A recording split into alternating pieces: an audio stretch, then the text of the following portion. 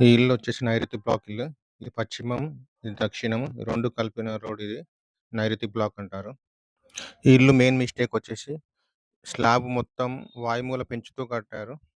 ఇలా వేయడం వల్ల వాయువ్యం పెరిగి పశ్చిమ నైరుతి మొత్తం కట్ అవుతుంది.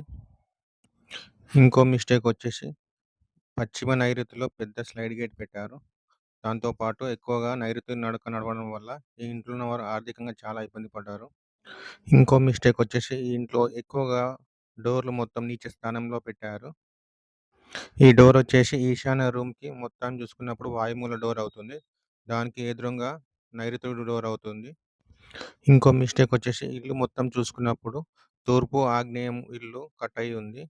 అది సర్వెంట్ కోసం పెట్టారు. ఇట్లా నుంచి వెళ్ళినప్పుడు ఈ సర్వెంట్ రూము. దానివల్ల తూర్పు, ఆగ్నేయం మొత్తం కట్ అయిపోతుంది ఇంట్లో మొత్తం చూసుకున్నప్పుడు.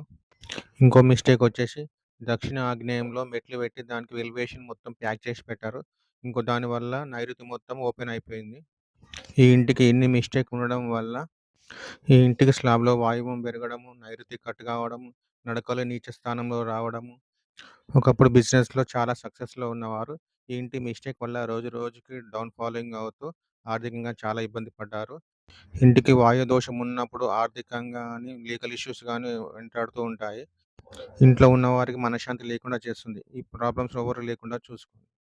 కొత్తగా ఇల్లు కట్టేవాళ్ళు ఇలాంటి మిస్టేక్ లేకుండా చూసుకోండి. Thank you for watching.